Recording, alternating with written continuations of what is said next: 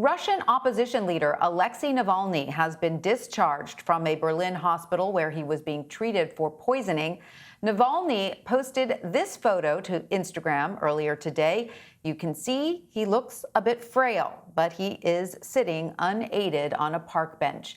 Navalny spent 24 days in the ICU, 16 of which were in a coma.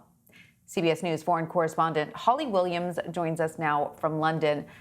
Holly, welcome. Thanks for being with us. So what are doctors saying about Navalny's current condition? Do they believe at this point he can make a full recovery?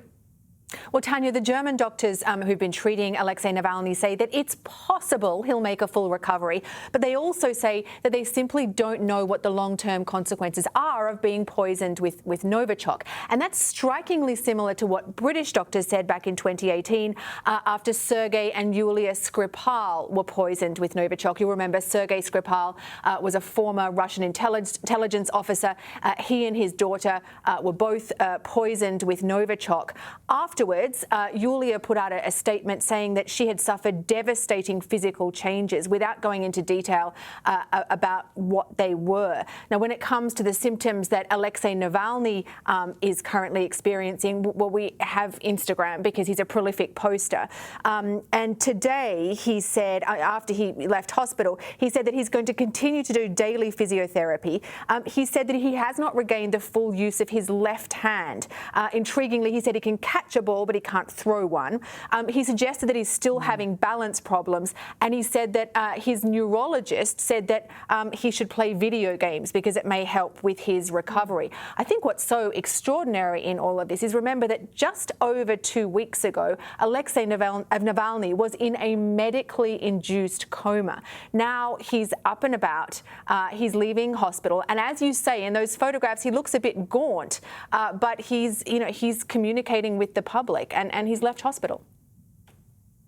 And so, Holly, where does the Kremlin stand on all of this? There is, of course, wide speculation they were directly involved in his poisoning back in August. Has Vladimir Putin addressed the incident at all?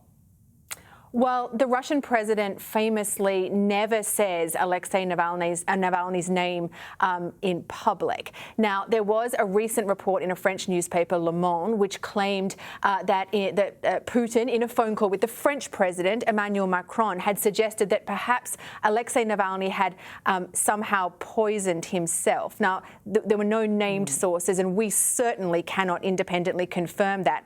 Navalny responded with some sort of sarcastic humour, saying that this theory deserved some careful study.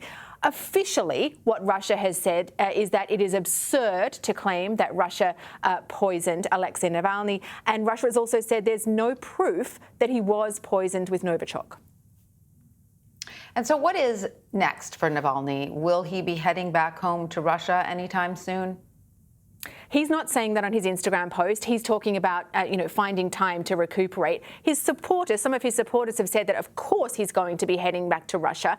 And Russia has said, he's welcome to come home, like any Russian citizen. I think Navalny is facing the kind of dissident's dilemma common to all political dissidents, which is that if you're running up against an authoritarian regime at home or a government that is tending towards authoritarianism, it may be better, maybe safer for you to leave the country. But in doing so, you're probably going to lose some credibility. So I think that's the problem for Navalny right now.